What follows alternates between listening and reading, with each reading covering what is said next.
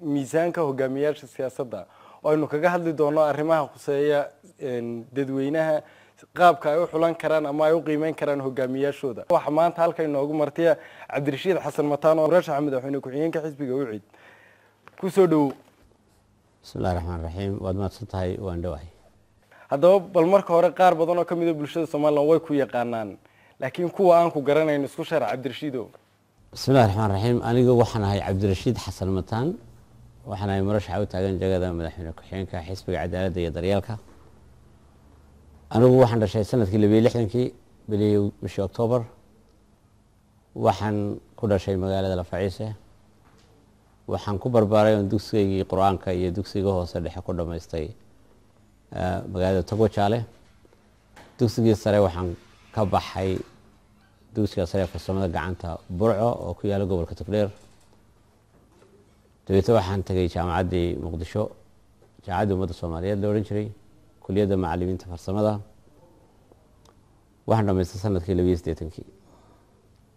kadib waxaan shaqo ka galay wakaaladda idaacadda qaranka Soomaaliyeed. waxaan shaqeeyay ilaa 3 sano ku dhawaad. waxaan ka shaqeeyay markii dambena oo aan ka shaqo galay qaramada midoobay sanadkii 86 oo aan shaqeynayay ilaa 2014. waxaan ka soo shaqeeyay dalal fara badan Soomaaliya, Somaliland, Sierra Leone, Iraq, Kuwait, Jordan, Sudan, markii ugu dambeeyay waxaan joogay Uganda. waxaan hawshan siyaasadda active ka noqday ama aan isu soo taagay masraxa markii loolanku ka dhacay xisbiga udub waan aniga Jamaal markaa noqonay inaanu soo galo tartanka. waxaanu markii dambe noqonay inaanu ka mid noqono xisbiga cadaaladda iyo daryeelka soona saaro xisbiguna ka mid noqdo mar labaad 3 xisbi qaran ee u tartamaya doorashada haddii la yiraahdo 2015. marka intaas waa taariikhda kooban diyaad wax dheeraad u tahay. maxaad ku dooratay inaad hoggaanka dalka ka qayb gasho? marka hore waxaan ahay muwaadin danaynaya dalkan Somaliland inuu wax noqdo. waxaan soo taagnaa 1990 markii la yaabiyay Somaliland. waxaan joogay dalka ilaa 2010 geedi socodkii nabadda qaybaan ka ahaa. waxaan dadka fikriyan ku fog arrinka Somaliland ee raba inay ka mid dhaliyaan in Somaliland noqoto qaran jira saldhiga iyo shan nidaam iyo dawladnimo dhawa. marka hadda inooma harin waqtigeedii baan joognaa. waxaanay noqotay siyaasadii lagu jiray 1990 ilaa iyo maanta siyaasadan isbedel sameynaynin maaragtay isku soo noqnoqda. marka bal wixii wax ka duwan inuu taageeran karo. maxaad adigu ku dooratay xisbiga UCID? xisbiga UCID markii hore waxaan ahayn xisbigii maxaan raadayay udubna meesha ka baxay. wanoo suurtagali weeyay inaan noqono murashaxiinta ka tartami doona udub. sidaasdeed waxaan noo gudboonaatay iyadoo xilligaa la furay xisbiyadii inaan ururo cusub galo iyo inaan labadii xisbi qaran ee harsanaa ee kuwii soo jiray midkood aanu galo. xisbiga kulmiye kaanu dhaliilayna inaan rabno inaanu bedelo ayuu ahaa. marka xisbiga aan isdhiiri waad ka tartami kartaan oo waad gelin kartaan saaxadda tartanka wuxuu noqday xisbiga UCID. saasaan ku dooranay markaa UCID. wuxuu ahaa xisbi soo jiray, xisbi barnaamijkiisu fiicnaa, xisbi taariikh u lahaa oo dadku ay garanayaan, isla markaana hogaamiyaha xisbigaasi uu ahaa injineer Faysal Cali Waraabe. noqdayna nin yeesha aragti ka duwan aragtida hogaamiyaasha xisbiyada kale oo gartay inay tahay waqtigii jiil cusub ku soo biiri lahaa saaxadda siyaasadda. muxuu xisbigu kaga duwan yahay xisbiyada kale? xisbigu wuxuu kaga duwan yahay marka hore soo xilay murashaxiin ku cusub masraxa. murashaxiin ka duwan hogaamiyaashii hore aqoon ahaan waayo-aragnimo ahaan da ahaan iyo dhinac walba. maxaad isleedahay barnaamijka siyaasadda ee xisbigiinu weeyaan? wallaahi horta inta aanan barnaamijka u gudbin anigu waxaan jeclaan lahaa inaan miidiyaha fariin fiican siiyo. miidiyuhu waa waxa qora ee bulshada siin kara inay ogaadaan wacyigooda ama waxa ka jira dalka, helaana warbaahin badan oo iyaga siisa waqti ay u helaan inay ka go-aan qaataan maalinta ay codka bixinayaan. waayo shacabku maalintaasoo qura ayuu awood leeyahay. inta kale maalinta uu awooddaa bixiyo wuxuu sugayaa in awooddii haddana mar labaad iyaga kusoo noqoto. sidaa darteed horta warbaahin ahaan waxaan idinkula talin lahaa inaad jaanis badan siisaan oo aad arrimaha doorashooyinka iyo arrimaha dimuqraadiyadda iyo arrimaha tartanka aad iyo aad u guda gashaan, siyaasiyiinta afka gacanta ka gelisaan, raadisaan, bal inaad ogaataan gunta mid walba waxa uu ummaddan u hayo iyo waxa uu tartamayo iyo waxa ay dadka ku hogaaminayaan.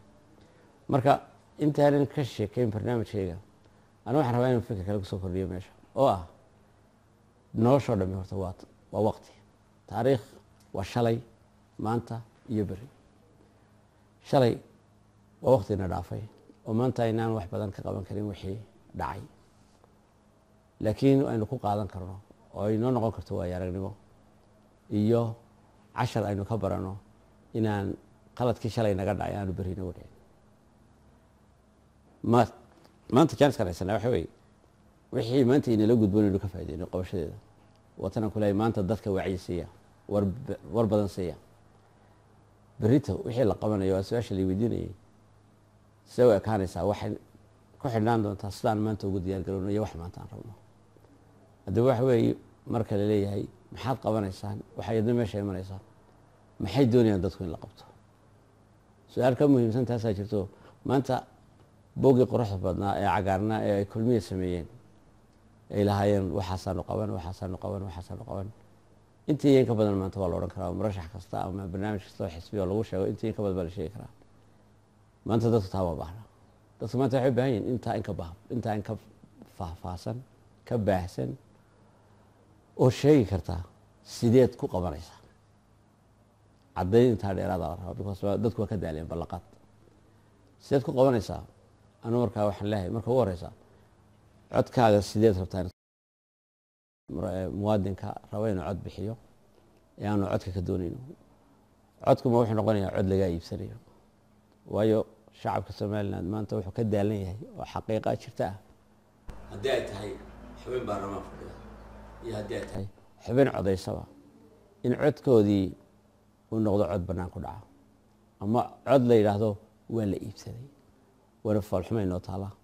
waana taan u baahan nahay in aynu wax ka bedelo haddii aanu ilaahay qadaro aanu yeelano taladeeda. marka muwaadinow sideed rabtaa inaad codka ku bixiso? ma waxaad rabtaa inuu intuu qofku abaabulo maalinta la yidhaha raaliska soo baxa dad isku midabaa saddexda xisbi oo banaan baxa, calaamadun baa kala duwan.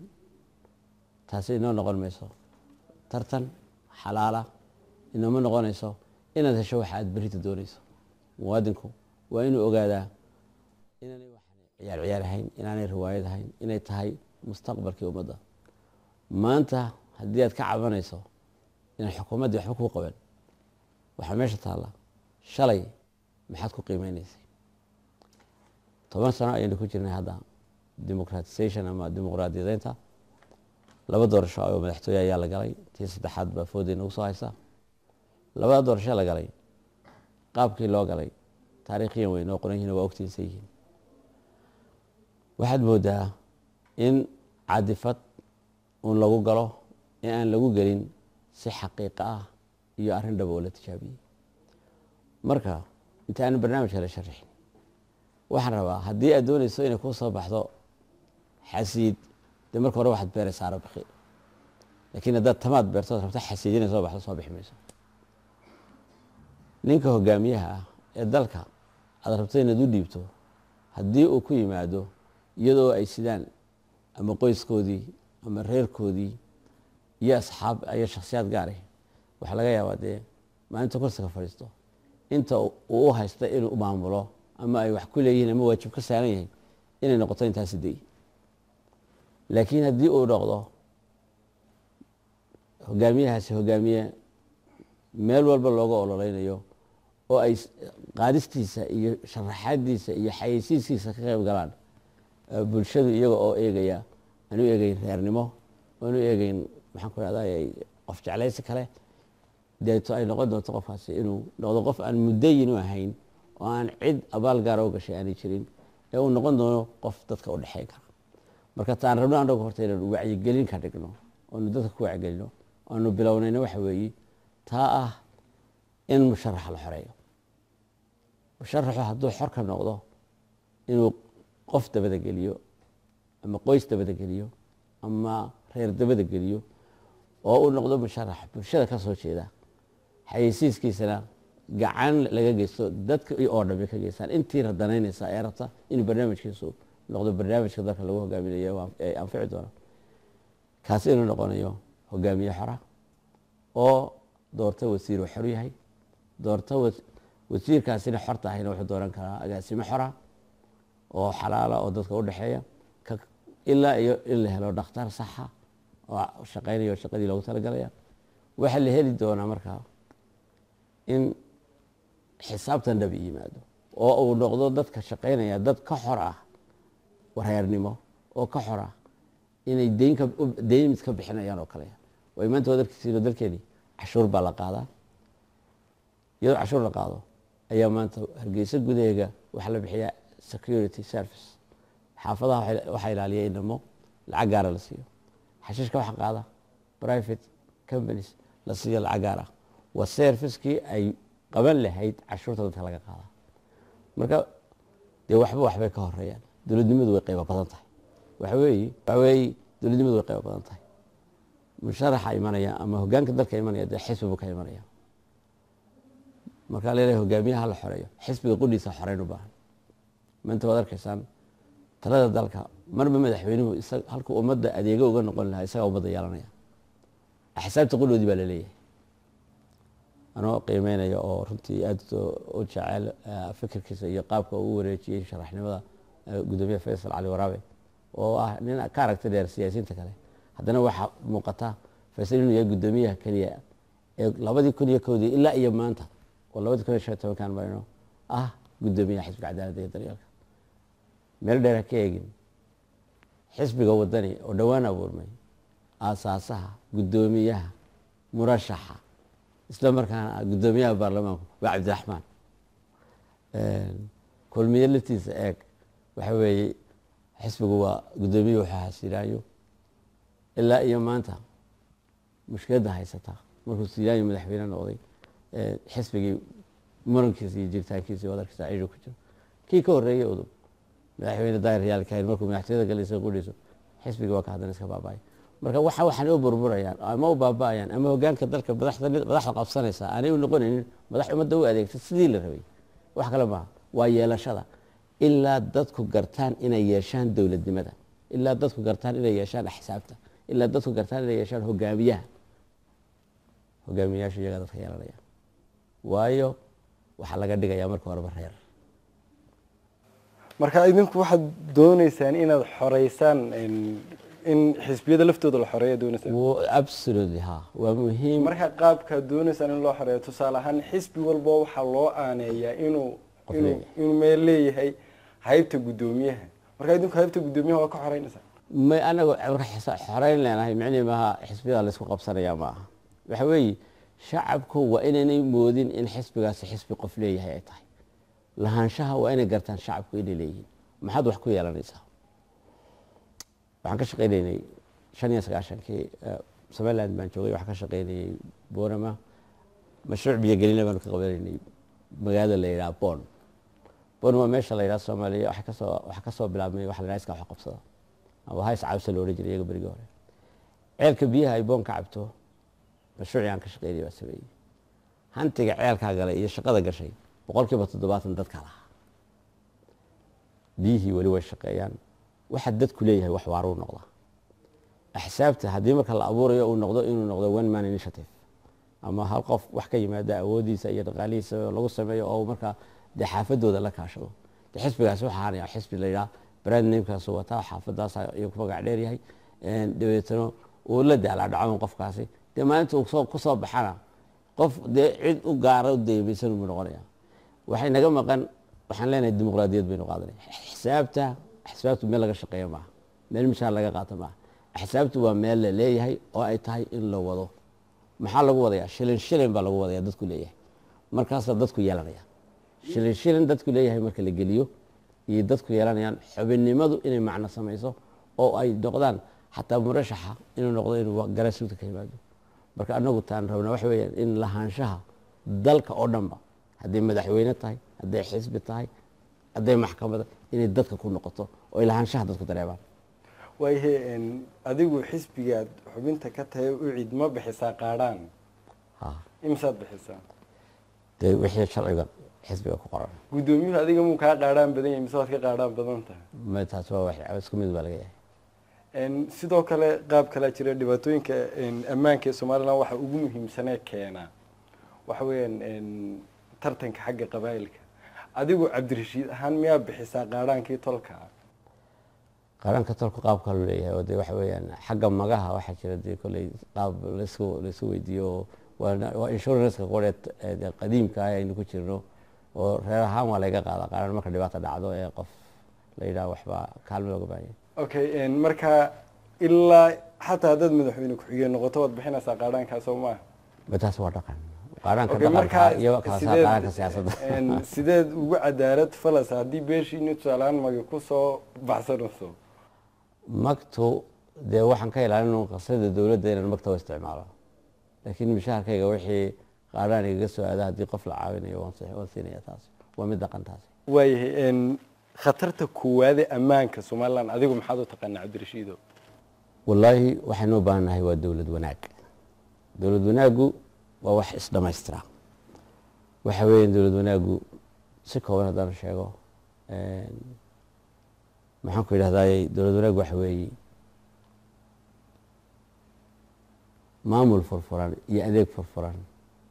oo keeni kara ammaan sugan markaan leenahay adeeg furfuran dee waxaa ku jira dadku inay helaan wixii ay dawladnimada uga baahnaayeen oo ah caafimaadkii biyihii maxaan ku yidhahdaa iskuuladii dariiqyadii serviceska kale ee dawlad magaranaysaa dee ah shaqooyinkii municipality-ga ama dawladaha hoose iyo waxyaabahaas oo dhan intaasoo lagu qabanayo sharci iyo cadaalad sharciga iyo cadaaladda iyo shaqadu waa waxaan kala maarmin amniguna intaas buu ku dhex jiraa marka waxaa la heli karaa marka intaa la helo ganacsi furfuran iyo shaqo abuur dadka qaar baa waxay yidhahdeen cadowga koowaad ee Soomaaliland waa qabyaaladda adigu ma la qabtaa dee qabyaaladda waa mushkilada ugu weyn haysataa dadku waxay ka cabanayaan waa musuqmaasuq iyo qabyaalad hoggaanka marka ugu horeysa imanaya haddii labadaa laga reebo waanu meesha la tegin dee waxbay noo suurtagelayaan hadduu laakiin labadaas ka harhaan waa wax la tirtiri karo qabyaaladda waxaa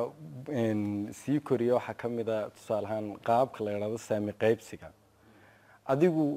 ma isleeda way qurux badan tahay in saami qaybsigan qabaa'ilka ee la doonayo in lagu saleeyo la yidhaahba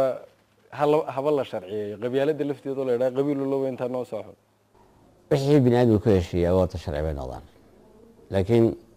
qabyaaladdu waa waxay adag tahay inta badan in lagu heshiiyo oo wax lagu qaybsado laakiin marka la leeyahay qarannimo waa in qabyaalada ka hadhaa qarannimadaasi waa la abuuri karaa qaab dadkana qanciya qabyaaladana hoos u dhigaa dadka qabyaalada inuu baa ku danaysata qabyaaladu wax dadka wada gaadha ma aha waxa weeye reer baa la eedeeyaa hadday madaxtooyada galaan laakiin reerkaas maaha macnaheedu in reerkaa nimcadu wada gaadho ama boobkan ay samaynayaan wada gaadhay dadka waxa wada gaari kara cadaaladda dadka waxa wada gaari kara serviceka ilmaha laascanood jooga iyo kalooyo cadda jooga waxay wada baahan yihiin inay helaan biyo iyo iskuul laakiin haddii 10 wasiir la siiyo laascanood ama 10 wasiir la siiyo awdal ama 10 wasiir la siiyo beligobole macna ay samaynayso ma jirto waxa ka khayroon haddii konton ceel la helo in la yiraahdo 10 ceel baa la qodaya qabyaaladu waxyaabo badan oo hoos lagu dhigi kara jira way su'aasha kale ku weydiinaya waxa weyn idinku haddii ay qabsataan hoggaanka dalka qaabka xukuumadda aad soo dhisi doontaan ma qabaayil bay noqon doontaa ma gobol bay noqon doontaa maxaa wax ku qaybin doontaa horta waxaan isku dayaynaa inaanu yarayno in aanu helo qaadhaan qabiil waxaanu imika ku jiraa unu si tabliiqa u dhex soconaa bulshada inaanu especially dhalinyarada imika dee indhaha furan ee ay noloshan ina khusayso oo ah kuwa dalkan mustaqbalkooda leh inay qaataan wacyiga in badanna aanu isla qaadanay in ay naga xoreeyaan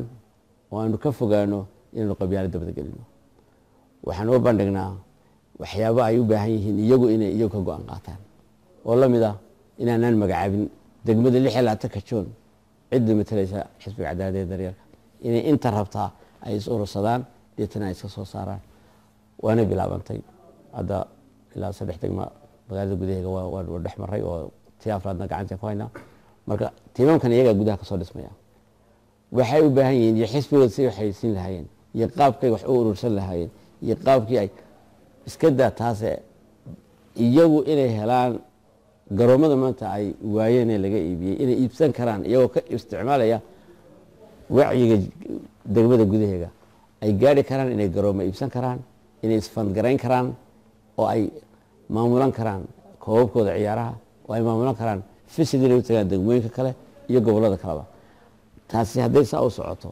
waxaa nagu yaraanaya influenska qabyaaladda ama inay qabyaaladina riixdo ama marka gobollo iyo degmooyin ba wax ku qaybin doontaan sidaad idinku doonaysaan waxay noqon doontaa marka ugu horeysa dadku inay iskooda isu maamulaan gobol waliba markaa uu raadsado musharaxa uu doonayo inuu yahay uu isleeyahay waa ka saxda wax qaybin markay noqoto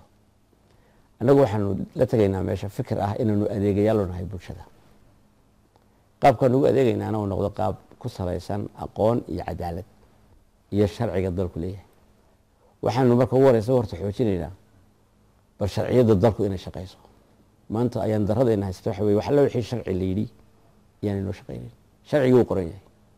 hadduu yahay mid amni hadduu yahay mid lagu kala baxo oo dhul hadduu yahay caynkaas waxaa sharci inoo noqday ku qadimaysaday in qof waliba wuxuu rabo sameeyo waxaa sharci inoo noqday dowladda dhan inayna xukuntaa inay dad la doortay oo xasaanad leh oo aanay maxkamad ka qaadin xasaanadii in la xidho oo jeelka la geeyo waa غير sharci waa waxyaabaha foolxumada inagu ah ee caalamkuna inagu qiimeynayo waxyaabahaasoo kale inaanay dhicin inuu ka shaqeyn kaftana hayatee wadankaad adigu doonaysa inaad madaxweynaha ka noqotay la yiraahdo Somaliland imsa gobol borto kooyay Cabdirashiid gobolka imsa gobol weeyaan goboladu maalmo si kordhaan goboladu maalmo si kordhaan si madaxweyne kasta oo tagay talada dalku wuxuu ku bixiyaa gobolada yani qaab magaranaysa siyaasan waxay dibay gobolkii Taleex ee cusbaha marka de guud ahaan gobolada horta aynu ognahay dastuurku uu ogol yahay ilaa iyo hadda ku jira dastuurkan waa 6 gobol laakiin inta kale sharciga ah inta kale waxaynu ka sheekeynaa marka sharcigu uu baasbareeyo way xagga marka xagga amaanka waxyaabaha kale saameynta kula waxa kamid ah maandooriyaasha idinku ma jira maandooriyaal gaar oo leedihiin wallahi kuwaas wadankeena khatar badan ku haya walaal bulshada marka laga sheekeynayo horumarkeeda de waxyaabo badan iyo qayb dhinacyo badan baa la iska taagi karaa laakiin inuu eegayna sharciga dalka wax kasta oo sharciga dalku aanu ogoleyn kulay inaan ogolaano maaha maxaad marka idinku maxaad ka magacaabi kartaa wax kasta oo aanu sharciga ogoleyn oo maandooriye ah waa in dalka laga mamnuuca okay magacan argagixisada dad muslimiina dhabarka loo saaro macnaha waa muslimiinta baa la yiri inkastoo yihiin qaar xaq jira haddana dalkeenu inkastoo uu yahay 100% inay dadku wada muslimiin yihiin haddana waxa jira kooxo kale oo waxyaabo yaryar oo aan waaweyneyn iskaga soo horjeeda sida qabashada mawliidka oo kale adigu haddii Cabdirashiid oo madaxweyne ku xigeen wadankeena ka noqoto xuska mawliidka waxaad raaci doontaa qolada la yaan la qaban mise qolada la hal la qabto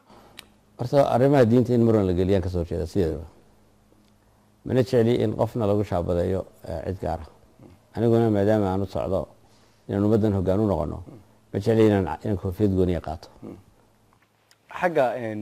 shaqada iyo dhalinyarada haddaynu soo qaadano dhalinyarada aad ugu waloleynaysa inaad wax u qaban doontaan miyaad garanaysaa tirada shaqaalaha dawladda ee wadankeena shaqadu waxay ku xiran tahay kolba nidaamka dalku leeyahay maanta dalkeena miisaaniyadda ugu badan aynu haysano maxay gashaa maxaa lagu qabtaa shaqa ma abuuri kartaa in la isweydiiyaa muhiima waxaan qabnaa in miisaaniyaddeena inagu eegaynaa hadday tahay si dowlad dhexe iyo hadday tahay si dowlad hoose inay abuuri karto shaqooyin fara badan haddii loo isticmaalo say tahay. laakiin haddii miisaaniyadda loo isticmaalo in kolba ama odayaal la siiyo ama salaadiin la siiyo ama dadka lagu kala kaxeeyo ama loo isticmaalo ole aan loo baahnayn, dee wixii ummadda wax u noqon lahaa wax ku baxayaa hal bacaad lagu dhisay. marka haddii ummaddani hantiga ay leedahay sideeda loogu maamulo shaqo waa loo abuuri karaa. ta labaad, shaqada tirada guud ee shaqaalaha dowladda waxa laga rabaa ma aha yani inay shaqo iyadu shaqooyin badan ay bixiso dowladdu waxa ka shaqo badnaanaya private sectorka ama ganacsigayaashu inta ay shaqaaleyn karaan. marka haddii la furfuro hanaanka ganacsiga, haddii la furfuro sharciyada dalka oo maalgashi yimaad oo waxyaabaha shaqooyinka furfuri kara. dalkeenna waxaa mushkilad ku ammaanta xataa sharcigii maalgashiga. marka annagu waxaanu ka shaqeyn doonaa waxyaabaha abuuri kara shaqooyinka. okay, tirada guud ee shaqo la'aanta waddankeena miyaa ogtahay? dee taasi waa 90% shaqo la'aantu dadka inta shaqeysaa yar. dhalinyarada Somaliland waxyaabaha ka tahriimaan waxaa ka mid ah shaqo la'aanta. idinku haddii aad guulaysataan sanadkii mise shaqaad abuuri doontaan? taasi waa gacan oo ku jirta. waxaanu anagu ku dadaalay inay shaqo abuur yimaado, laakiin tirada shaqada abuurmaysa waxaa ku xidhanaysaa kolba sidaynu u shaqayno inaynu u howlgallo inaynu ugu dadaalo. laakiin waxaan ku hubaa inaanu soo celinayno rajada dalka. tahriibta waxaa kaloo dhiirigeliya xukuumadda marka qaarkood intay qabyaalada ka tagto qurbajoog kusoo xulata. idinku dowladdiina qurbajooggaama ka dayn doontaa? anu mar horena waan sheegay horta waxa weeye muwaadiniinta Somaliland hadday dalka gudihiisa joogaan iyo hadday dibaddiisa joogaanba waa muwaadiniin Somaliland. dalka dibaddiisa waan soo maray,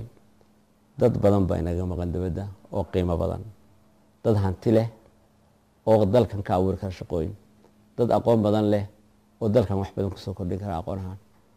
marka waxaan u aqaan dadkaas hanti dalkani leeyahay oo dibadda kaga maqan in la yidhaahdo qurbajoog xuquuq kuma lena waa qalad. kuwaasi weliba waa kuwa intooda badani ay yihiin dadka biilasha dadka soo bixiya. marka in la takoro ma jecli. kow waxaan rabaa inaan samayno barnaamijyo soo jiidanaya because dadkaasi wax qori sugayaan. waxay sugayaan inuu dalkan yeelo dal sharci leh oo sharcigu shaqeeyo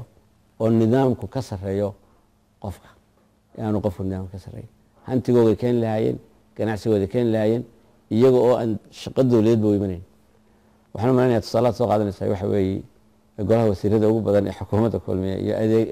hay-adaha gaarka ah iyo weliba xildhibaano badan oo kulmiye ahaa waxa weeye wada qurbajoog baad leedahay. marka haddaad taa usoo qaadanayso waxa weeye tayada ayaa ka muhiimsan.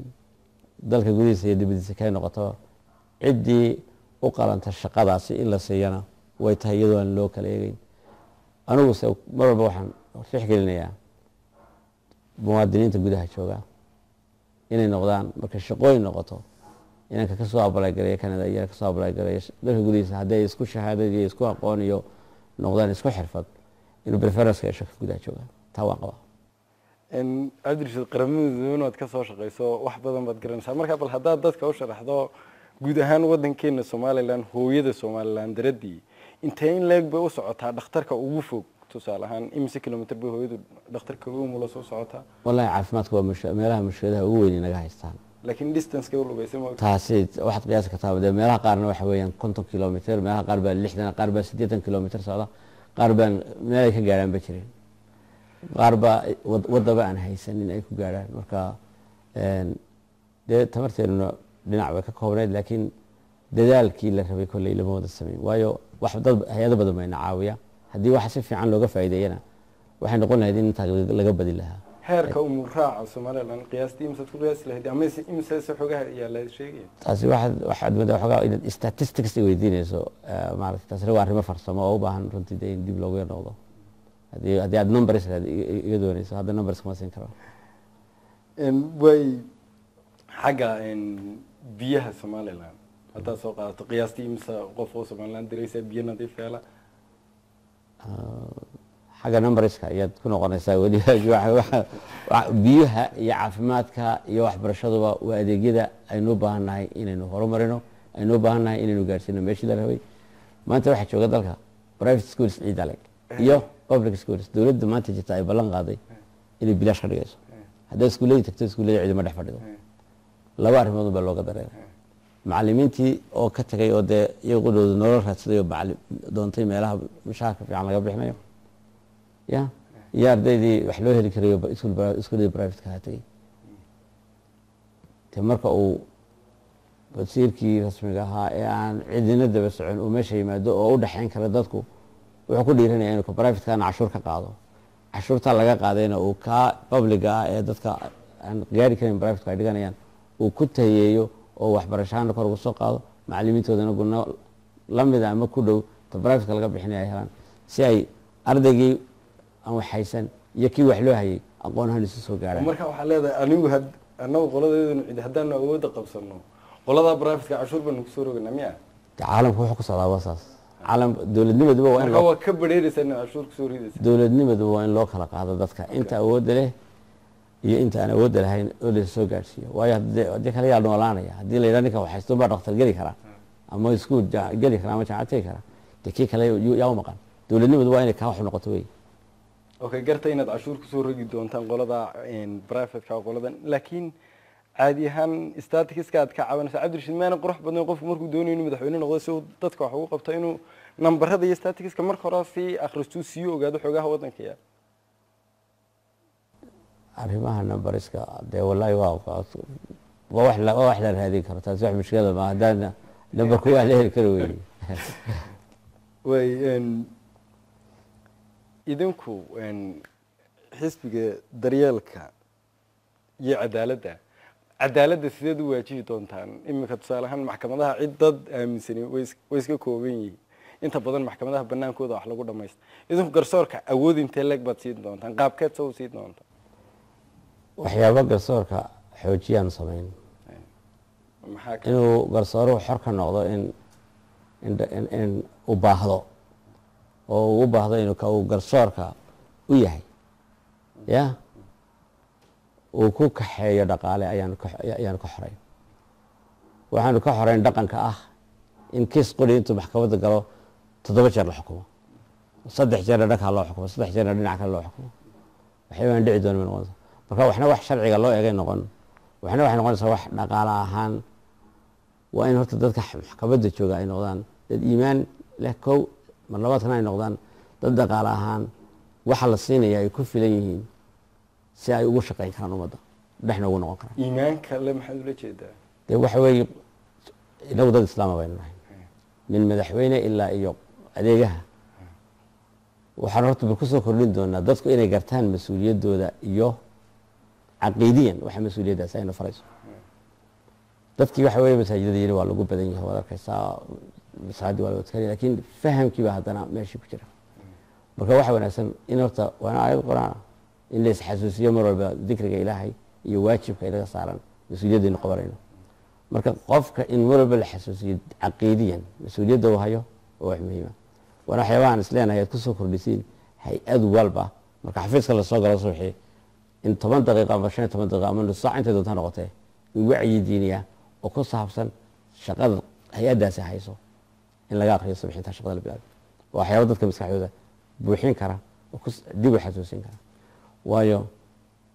waa muhiim dad islaam baan nahay inaan mar walba niyada ku hayno inaynu caqiidadeena marka garsoorka dhexdiisa laga akhri doonaa wacdi wasaarad walba la akhri doonaa goladan garsoorka hay-ad kasta oo dalku leeyahay kacaankii wuxuu samayn jiray mataqaan waxa hanuunin baa jirtay oo wiigii maalin la qaban jiray hanuunintaas wax kale ma ahayn waxaa kacaankaa laga sheekayn jiray dadku kacaannimada aaminaan